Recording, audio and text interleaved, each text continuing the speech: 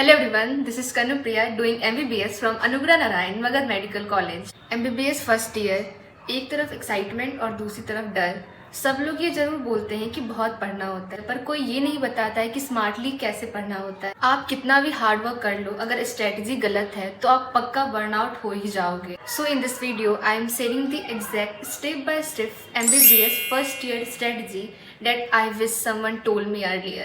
Notes कैसे बनाना है, रिवाइज कैसे करना है, सर्वाइव कैसे करना है और सब कुछ। So let's start.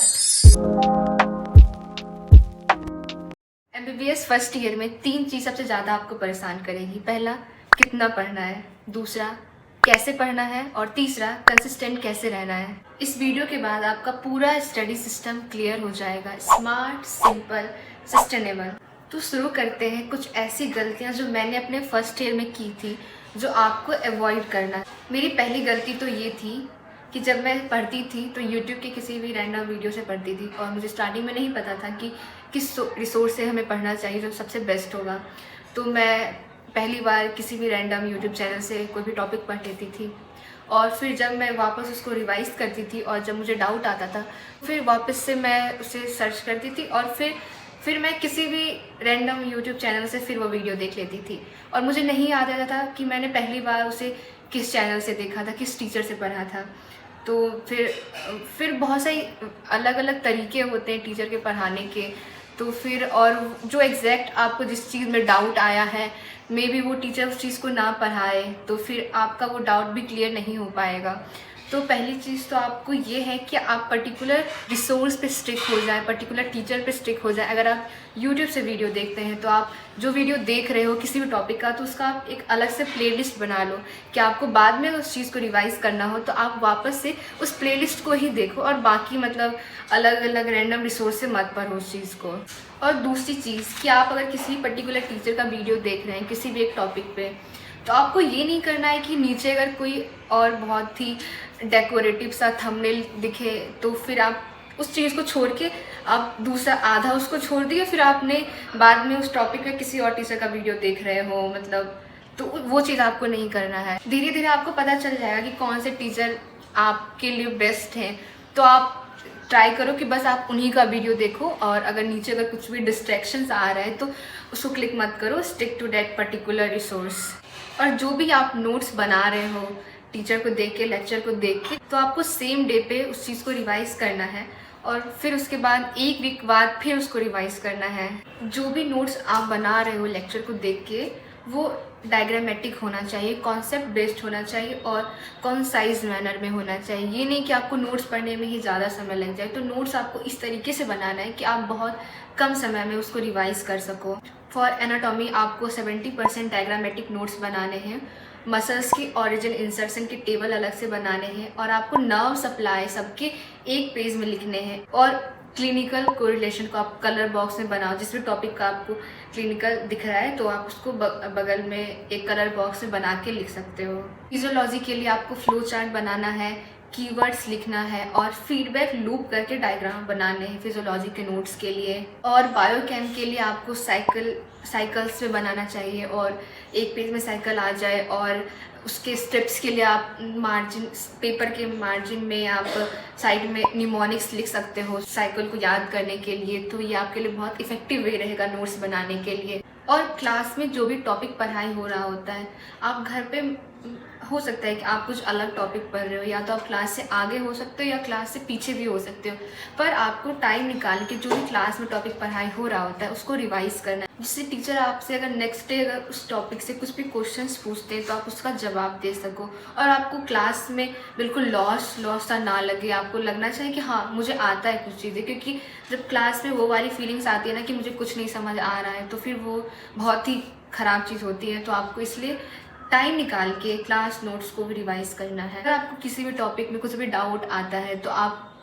अगर उसको सॉल्व कर चुके हो तो आप उसे नोट्स में ऐड कर दो, और अगर आपका डाउट वो सॉल्व नहीं हुआ है तो जस्ट आप कोई भी एक कॉपी रखो जिसमें आप अपने डाउट को लिख के रखो, और अगर वो सॉल्व हो जाएगा तो फिर आपको उसको अपने नोट्स में ऐड करना है, क्योंकि बाद में भी सेम डाउट आता है। तो ये बहुत सही तरीका है कि आप उसको नोट्स में ऐड कर लिया करो। और जो भी आपको टॉपिक बहुत हार्ड लग रहा हो, कोई भी स्टेप साइकिल जैसे बायोकेम में होता है, तो उसको निमोनिक से भी याद कर सकते हो। जो भी आप लेक्चर देख रहे हो तो वो टीचर भी कुछ कुछ निमोनिक बता देते हैं, बाकी आप खुद से भी निमोनिक याद कर सकते हो, निमोनिक से याद कर सकते हो। और किसी भी टॉपिक को बाद के लिए नहीं छोड़ना, मतलब थोड़ा बहुत निमोनिक से उसको करते करते चलना। तो फिर लास्ट में एग्ज़ाम टाइम में ज़्यादा प्रेशर हो जाता है तो आप उस चीज़ को सोचते हो कि मैंने कहीं पढ़ा ही नहीं है, तो आप उसको छोड़ देते हो।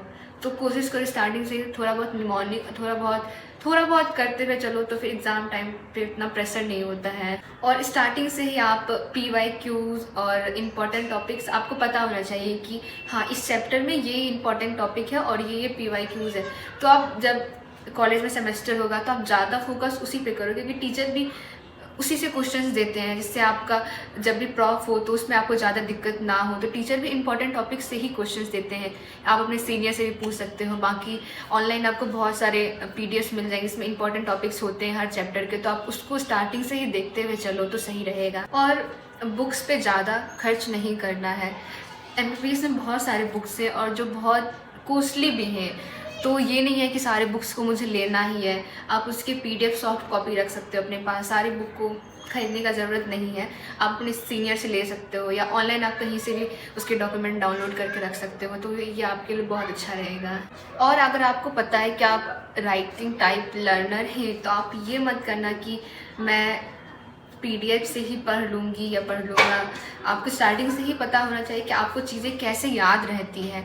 बुक से पढ़ के याद रहता है या लिख के याद होता है या आप PDF पे देख के याद कर सकते हो, तो वो आपको स्टार्टिंग में ही पता होना चाहिए। क्योंकि ये नहीं कि सेमेस्टर आए और तब आपको लगे कि यार मुझे कुछ चीज़ याद ही नहीं हो रहा है, तब तक तो बहुत लेट हो जाएगा। तो स्टार्टिंग से ही अगर आपको नोट्स बना के ही याद होता है तो आप नोट्स बना के ही याद करो उस चीज़। ऐसे नोट्स बनाओ जो कम समय लगे रिवाइज करने में। और आपको किसी भी चीज़ के लिए अगर सीनियर का हेल्प लेना हो तो आप बेझिझक उनसे बात करो, उनसे हेल्प लो, क्योंकि उन्होंने ये फेज़ पास किया है तो वो मे बी आपसे ज़्यादा अच्छे से समझे। तो आप बेझिझक उनसे हेल्प के लिए पूछ सकते हो। और क्लास बस अटेंडेंस के लिए नहीं जाना चाहिए, आपको क्लास में भी एक्टिव रहना चाहिए। और टीचर जो भी टॉपिक पढ़ा रहे हो तो स्लाइड से या तो आप फ़ोटो क्लिक कर सकते हो या तो आप की पॉइंट ऐड करो। ज़्यादा लिखना नहीं है क्लास में, बस आप उसके की पॉइंट्स ऐड करते चलो अपने रफ कॉपी या नोट्स में। फिर आप बाद में जाके उस चीज़ को पढ़ो। और जो भी इम्पॉर्टेंट टॉपिक टीचर बता रहे हो वो बताते हैं कि ये इम्पॉर्टेंट है सेमेस्टर के लिए, प्रॉफ के लिए, तो उसको नोट करते हुए चलो और बाद में जाके आप उसे बुक से पढ़ सकते हो। और अगर टीचर परमिशन देते हो तो आप स्लाइड्स के फ़ोटो भी क्लिक कर सकते हो, तो वो भी बहुत अच्छा रहेगा आपको बाद में रिवाइज़ करने के लिए। उसके अलग से आप PDF बना लिया करो। और अगर कॉलेज में कुछ भी क्विज, सेमिनार या प्रेजेंटेशन हो रहा है तो कोशिश करो कि इसमें पार्टिसिपेट कर सके। जितना ज़्यादा हो सके आप इस सब चीज़ में पार्टिसिपेट करोगे, आपका कॉन्फिडेंस उतना बिल्डअप होगा और टीचर के सामने आपका बहुत अच्छा इमेज भी बनेगा। तो ज़रूरी है ये सब करना।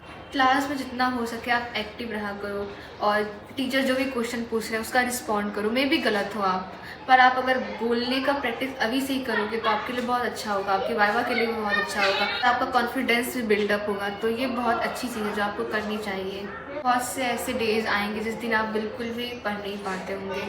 कॉलेज से आने के बाद कुछ भी हो, मतलब कुछ भी सिचुएशन हो सकता है, आप उस दिन बिल्कुल पढ़ाई नहीं कर पाए, तो उस दिन आपको डीमोटिवेट नहीं होना है। ऐसे होता है, हर दिन एक जैसा नहीं होता है, तो आप उस चीज़ को लेके ज़्यादा मत सोचो।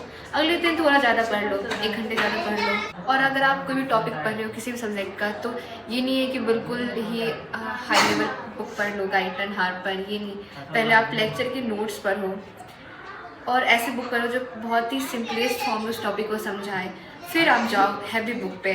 और रात में 10 मिनट आप समय दो कि आप नेक्स्ट डे क्या कर रहे हो, टाइम टेबल बनाने का।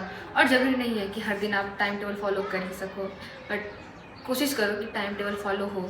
नींद को बिल्कुल भी इग्नोर नहीं करना है। आपको पढ़ाई के साथ बहुत सारी चीज़ें करनी होती हैं MBBS में, बस पढ़ाई ही नहीं है और बहुत सारी चीज़ें हैं। तो आपको ये सारे 5 साल के जर्नी में अपना हेल्थ भी नहीं ख़राब करना है और बिल्कुल पढ़ाई को अपने शेड्यूल में ले आना है। तो आप कितने दिन तक नींद को इग्नोर कर सकोगे? ये तो आपका बिल्कुल रूटीन में आ जाना चाहिए कि आपको नींद भी लेना है, प्रॉपर नींद लेके आपको पढ़ाई करना है, तो नींद को बिल्कुल भी इग्नोर नहीं करना है। So this is all for today's video. If you follow this strategy, I promise you MBBS first year become manageable. And if you want more MBBS hack, comment below. I would try to reply to everyone. Comment down the topic I should make my next video on. So see you in the next video.